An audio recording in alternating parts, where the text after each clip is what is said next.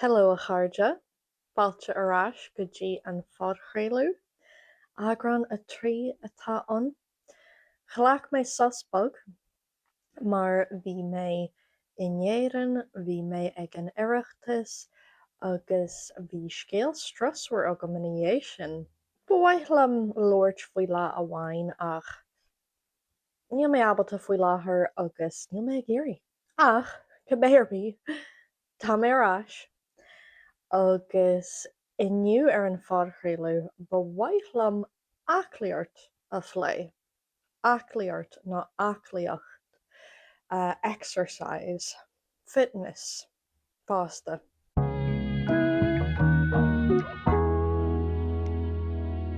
Ná bíogaí burtha, ní bheidh mé ag tabhairt comhairle díobh, ní sainolaí mé, tá is agam nach bhfuil sim ag aitheann duine san aclaíocht agus tá sé sin go bra. Ní bheidh mé ag máladh aclaíochta nó ruderbí, I'm not going to be recommending exercise and all that.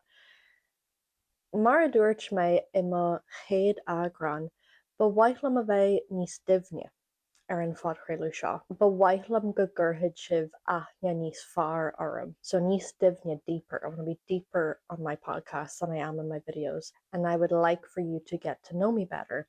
Aithne níos fearr a chur orm, to put better familiarity or knowing on me. Mar sin, bé mé ag labhairt faoi aclaíocht i mo héal hain. Role an aclaíochta i mo héal hain. The role of exercise or fitness in my life, and just rudbug fuam hain agus sport. Couple of scéal ó ma oige ag fása níos agus cábhfuil mé sa látá nniuan maidir le haclaíocht. Dúirt mé aclaíocht agus aclaíocht Céannaigh Jeffer. Mar dúirt mé ní phléithí mé an Gaeilge ar an fhodchraolú seo, ní bheidh mé ag múnú na Gaeilge, ach ba mhaithlim mé seo a bhíniu. Deirtear aclaíocht in áiteanna in únanáil. Thart ar an ceantar gcuideoir, thart ar an Gaeltart sin, na Gaeltartaí sin. Sin sampla eile, Gaeltart, deirtear Gaeltart an sin in áit Gaeltacht, seaartain in áit seachtain, agus ní as gcuideoir mé ach thosaigh mé a rá mar bunim soltas, tá sé spríúil. So sin an chúis. Deir aithneanna eile aclaíocht seachtain a hocht in áit a thart. Ceartfog an sin faoi na Ceannaigh, a little lesson there about the dialects. Ach, lean hí muidir anis agus inseoigh mé díobh faoi mo chaidreamh le haclaíocht. Mo chaidreamh, my relationship with exercise and fitness. Má tá tú ag arcarm ar YouTube, má ecann tú mé inis, tá má chud ruúg a phloch, tá mé díreach inné gul éirí inniu. Ní bhíam éirí chomh minic na léitheanta seo. Rith mé rudbug 3 kilometer go léith inniu. 3 kilometer go léith. So I ran 3.5 kilometers today. Agus bhí sé aonanta deas. Ach, mar dúirt mé ní bhíam éirí chomh minic na léitheanta seo. Ba ghrachlam rith go minic. Coupla uair sa teartain. 3 uair is dóithe. Mar sin arás go dtí mo oige. Anhearna mé aclaíocht mar fáiste ná sport. Bíonn páistí ag deanú níos mó sport na aclaíocht. Ní bíonn páistí sa gym ná amuigh éirí ina néanaar. Ar háiteann sport lom nuair a bhí mé níos oige. Níor háiteann sport foirne lom. Sport foirne, team sport. Níor háiteann sé sin lom ar chorabrí. Ní raibh sim de laiad agam sa feil ach go háirithe ualam an feil agus ní maithlimí go fáil. Sílam go bhfuil peil chéalach cool, like tá mé brádul as an sport sin ar sport náisiúnta. Ní raibh mé ag éirí iad imirt. Go háirithe is dóithe mar gheall ar mo rang ar scoil. Níor réití mé go maith le cuidmhór daoine i mo rang. Bhí cuidmhór bullaíochta ar siúl. Is dóithe gur sin an thuúis mó ní ra mé ag géirí páirte ghlacu mar ní ro daoine am rang cinnalta, gus mar sin bhí sé níos dalaí. Ach ní rosim agam sa fel nó san amáíoch. Drastal mé ar rang ina cisfeile ar feid tamalt nuair a bhí mé níos agus cuimla mé sin agus barlam cisfeil. Bhain mé solta sin ach arís níor háitin an airean lom. Níor waithlam a bheith ag hopaí le daoine eile. Nuair a bhí mé óg is dóithe idir 8 mbliana d'aois nó beidir 7 mbliana d'aois. Ar feadh coppla bliain go dtí 10 mbliana d'aois is dóithe. Ghlac mé páirt i neart grúpaí agus drastal mé ar chud mhór rangana. Bhí me hisismóirí aonanta mai mar bhí siad ag géirí mise a chur bhí siad ag géirí caife amsere a thuirtú. Agus an ceannas mó ná an ceannas rathúla is dóithe na grúpa dása. Ghlac mé páirt in grúpa dása ar feadh coppla bliain. Dása hip-hop. Smaoinigh mé ar seo tamóthain ní cuimhin lom na dásaí. Ní cuimhin lom dása ar bí a dóla mé. Tá sé sin aisteach, is cuimhin lom a bheith ann ach ní cuimhin lom an dása ar tharbí. Chomh maith leis an cisfeil mar a dúirt mé jiu-jitsu, kickboxing, gymnastics, rudí eile is dóithe. Bhí na rangana agus na grúpaí seo inné na scoil ar siúl inné na scoile ná ag an tíir seairtne. Mar sin ar scoil bhíú commórtas ar siúl ahan bhliain, uair amháin sa bhliain, Finn Valley, sin an áit ach sin an rud a thugmuid ar an commórtas sin níl is agam an teideal amháin, is dóithe commórtas sport, just sports competitions mar bhí go leor sport an ar siúl in Finn Valley in Nunaná. Agus nuair a bhí mé 8 mbliana d'aois, roghnaíodh mé chun an sprint a rí. 8 mbliana d'aois bhí mé aonanta óg agus níor roghnaíodh ach mise i mar rang. Agus is cuimhin am gurb cailín eile an agus bhí si aonanta mai. Ach bhí mise rud bug níos fearr agus sílam go ndearn an cailín sin commórtas eile ní cuimhin lom. Ach ní anhí mé dearmid ar seo go deo. Is cuimhin lom nuair a bhridmuid na trílacha don rás sin, the tryouts, an lá sin ní raibh ar múinteoir istí agus bhí substitute agin agus bhí si chomh suúrach. An substitute is suúraí de bhró agam riamh. Ní anhí mé dearmid orthu go deo, mar bhí si cásil le cin tanimitá orthu Mrs. Trunchbull maram in Matilda. Má tá an scanan sin feicithe agad tuigeann tú. Cuireann si Mrs. Trunchbull sílam gur sin an tanimitá orthu I gcuimhniú dú. She reminds me of Mrs. Trunchbull, or I don't know if she did at the time, probably, because I enjoyed that movie very much at the time. But looking back now, I'm like, oh my god, I had Mrs. Trunchbull for a day. Bhí si chomhsúrach. Is cuimhin lom ag an am sin bhí mé aonanta máil ag scríú. Mar sin ghlac mé níos mó ama an obaí a chríochnú. Thug si é sin faoi deara, agus ní raibh si sásta faoi.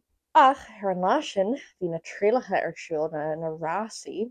Ba mise an cailín is giste sa rás. Dúirt si lom, dúirt an múinteoir miltenach lom. If only you could write as fast as you run. Bhí mé braúil as an hain, bhí mé sásta. I was like, hui mé a bhaimart. You know, I impressed you. Caberby, hui mé go Finn Valley agus ghlac mé páirt sa rás. Níor win mé ar charbí, bhí cailíní níos giste an.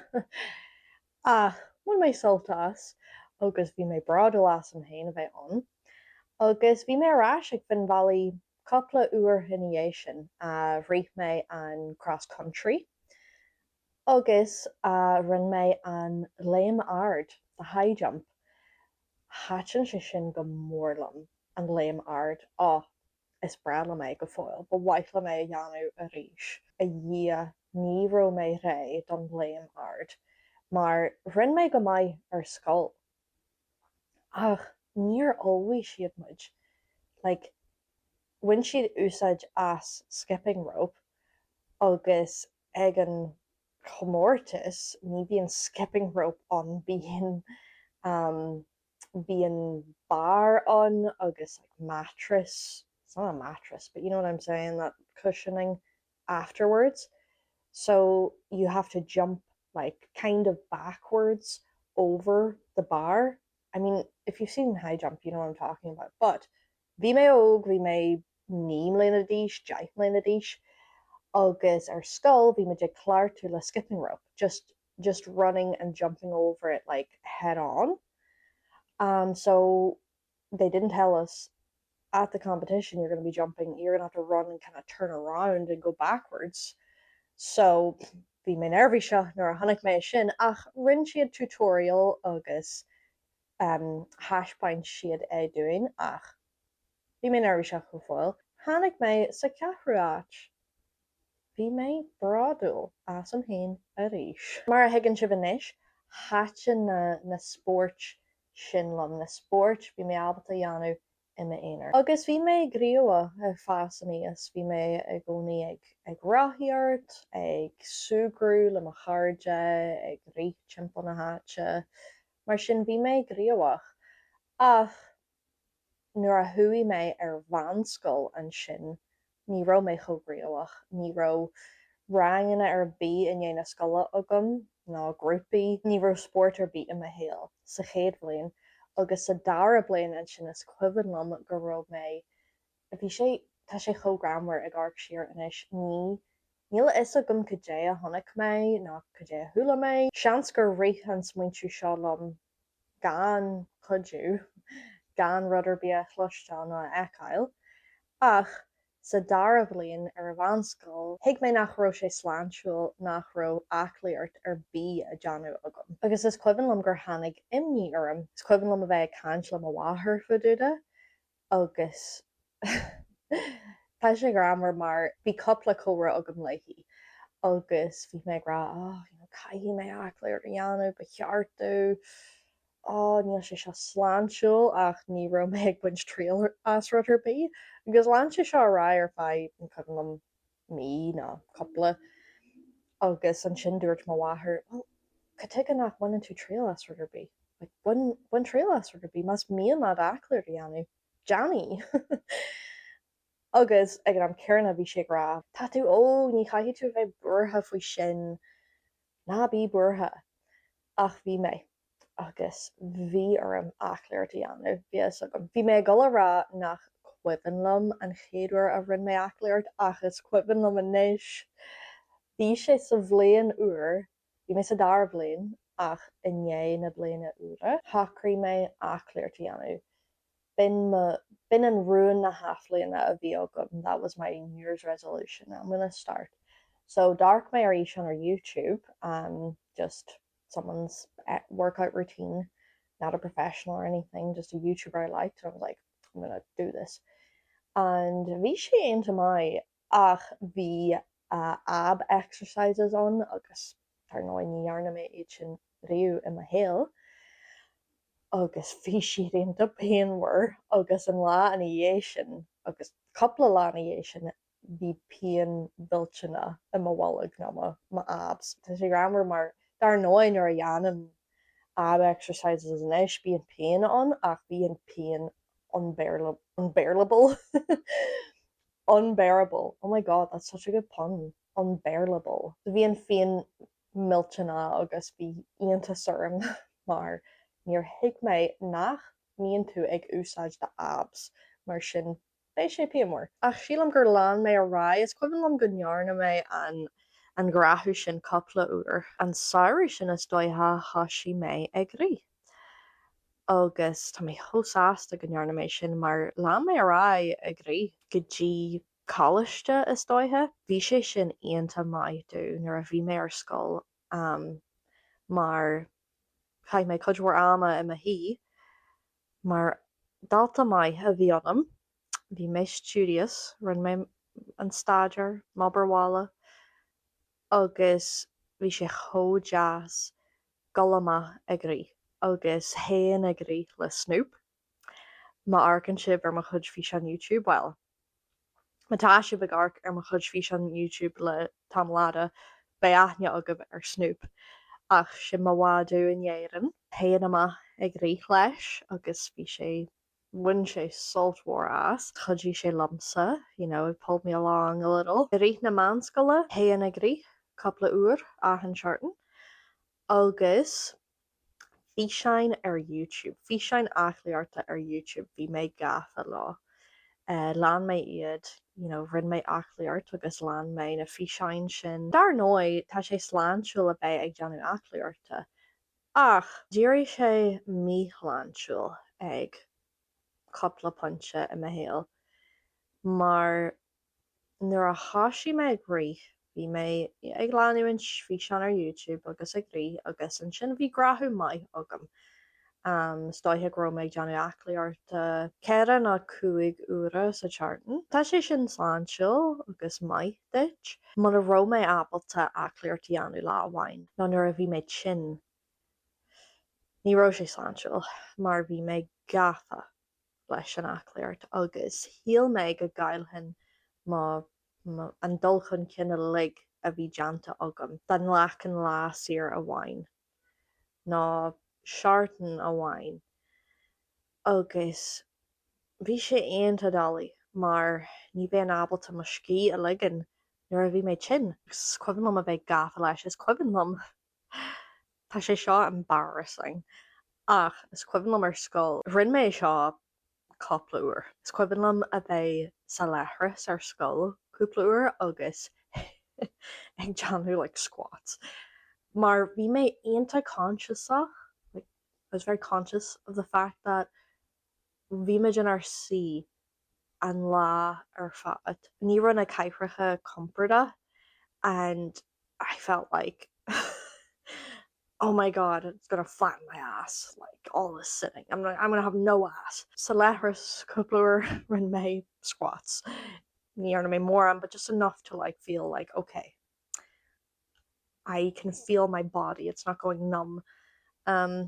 Which isn't the worst thing, because like it was probably good. Like we should probably do a bit of a stretch after sitting in those chairs, those hard plastic chairs. But it was just the obsession. Ní raibh sé sláinsiúil. Is cuimhin liom go mbíonn máll go minic mar gheall ar an aclaíocht, mar well, bhíonn ag éirí ahan rud a dheanú. Ach, ní raibh mé ábalta gol amach ná bualadh le cairde ná gol na rud jazz a dheanú. Ní raibh mé ábalta rud neart jazz a dheanú gan aclaíocht a dheanú roimhe. I started to think that I had to earn going out or doing something nice or meeting with friends. It's just something fun that wasn't staidéir ná aclaíocht ná glanú. Sin rud eile bhí méid gafa le glanú. Scéal eile, páirchéilú eile. Bhí sé aonanta mísláinsiúil. Like, I felt like I didn't deserve to go out or meet a friend if I hadn't worked out. Socializing felt like something that had to be earned because it wasn't productive. Tá sé sin cracailte. Ní hiigim cá bhuair mé an dearcú sin. Ag an níos sin, Staidéir aclaíocht glanú, like tána rudí sin productive, tána rudí sin tábhairte, but ag bualadh le cairde ná gol amach, that's a treat. Even though it is and it isn't, because it's like, no, caife tú bualadh le de cairde, caife tú am a caife le daoine, tá siad tábhairte fásta. Mar dúirt mé, tá mé ag éirí níos duimhne ar an fad chuirle seo. Mar éiceann sibh, bhí sé mísláinsiúil, like dírí sé mísláinsiúil. When it all worked out, bhí sé sláinsiúil. Nuair nach raibh rudí ag cur isteach ar my schedule, bhí sé sláinsiúil. Nuair nach raibh méid sin. Ní raibh a dhearcú sláinsiúil agus níor leor é riamh an méid aclaíocht a rinn mé. Níor leor é riamh. It was never enough how much exercise I did. I was only as good as my last workout. And tá sé sin brónach, like, ní hílam go mé méid cíniú. I don't think I'm gonna cry, but not that I would stop myself. Plan to cry on this podcast too, let it all out, but just ag arc siar, like maihíam go tá trua agam my younger self mar bhí an dearcú sin agam. Tá mé iontasasta a rá nach bhfuil an dearcú sin agam anois. Buíochas le dia. Oh, in dhéanam anscoile, bhí mé ar chalaiste agus lá mé rá ag deanú aclaíochta. Ag an am sin, sílam gur thosaigh mé ag rí níos lú nuair a thosaigh mé chalaiste. Is mór an truéis sin cos tá rí ionta mai agus difriúil. Tá áféile orm gur irí mé as. Tin chéad uair i mo héal nuair a thosaigh mé creasla ar chalaiste agus bhí cairde agam agus bhfuil mé le mo bhúchail, so bhí mé ag gaidreamh den chéad uair i mo héal. Athraíodh mo héal ar fad.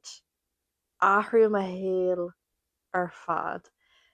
Agus mar gheallar sin rinn mé níos lú aclaíochta. Bhí an aclaíocht an go fáil ach rinn mé níos lúidí. Ní raibh an méid cearna imní orm, mar is dóithe go raibh níos mó luachara orm ag an am sin am a héal. There was more happiness on me at that time, mar bhí cairde agam, cairde maithe, bhí búchail agam, agus bhí mé ag baint sult mhór as mo cuasa. So, bhí mé go maiid, bhí mé sláinseoil. So drasal mé ar chalaiste ar feadh coppla bliain, agus in dhé sin drasal mé ar an ollscoil. Agus ag an ollscoil, well, bhog mé amach don ollscoil, bhog mé go dora. Ribh sin bhí mé amach chudaí le hisismóirí go fáil. Agus nuair a bhog mé go dora, thosaigh mé go dtí an gym, mar ní raibh an spás sa teach in a raibh mé le haclaíocht ann. Agus bhí gym gardú agus bhí sé aonanta siar, bhí sé chomh siar. Ach déirí mé gafa leis an aclaíocht arís. Agus tá sé simple mar fecham a nasc, mar ar ollscoil ní raibh cairde agam ar an ollscoil. Níor háitin an cuasa sin lom ar Tharbí, ní raibh sim ag na micléin ar an cuasa sin cairde dheanú. Bhí mé ag géirí cairde dheanú ach ní raibh sim acu. Bhí siad ag géirí go leráis go dtí a seomraí, ní bhíodh siad ag go amach, bhí mé chomh trí na chéile.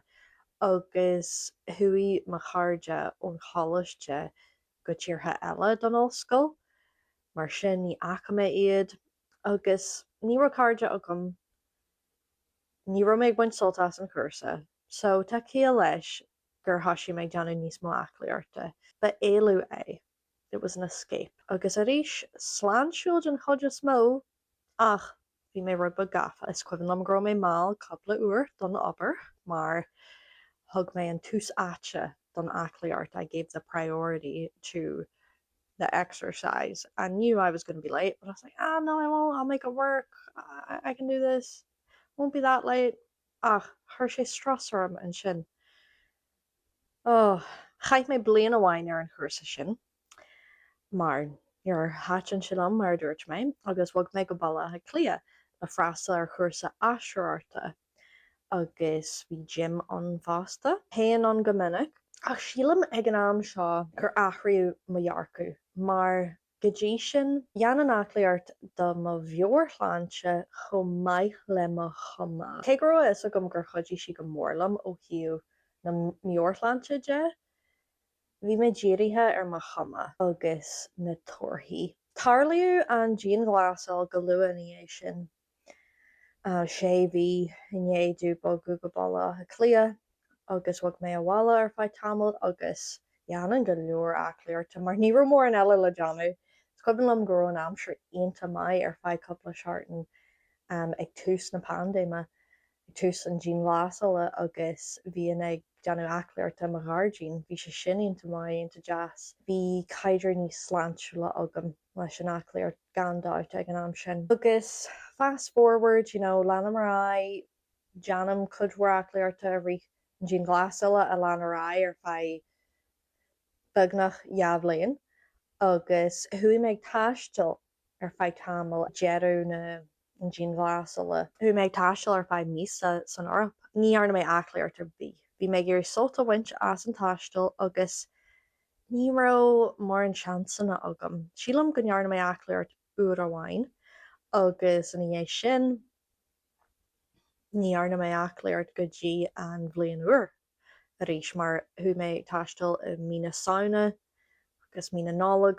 So sin an chéad uair a ma héal a ró sos omláin agam. Sos ar feadh míosa. Rud bag níos móna sin. Bhí aíonnta agam. Agus bhí mé go bra in dhé sin. Chur mé rudbag mecháin ar am héin ach mecháin sláintiúil. Dí mé bí mai. Bhí aíonnta agam. Agus den chéad uair hiic mé go raibh sé cearc go leor sos fada mar sin a ghlacu agus nach gailthin an dul chun cin ar fad agus in amanna sa saoil go bhfuil rudí eile níos táhairtí ná an aclaíocht. Like, ní hiicláid a bheith an aclaíocht de héal ar fad aithin seart an gan stad mar bé tréimh siad a héal nach méid tú ábalta. So bhí sé sin aonanta táhairta agus aithrí mo dhearc go hilas go thomláin. Bhí mé ar bí seaclaíocht dhéanamh a rís in dhé sin ach níor chur mé brú ar am héin. Rinn mé é nuair a bhí mé ábalta, nuair a bhí mé géirí, nuair a bhí mé go maith, rinn mé mo dhéal a bheith sláintiúil. Agus ó hinne lei tá bhád níos lú aclaíocht deanta agam.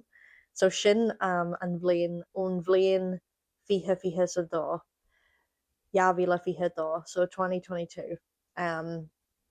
Ón bhliain sin tá mo dhearcú ar an aclaíocht de bhád níos sláintiúla agus mo chaidreamh fásta. Bhí go leor tréimhsí a ríthe ama sin nach raibh mé ábalta.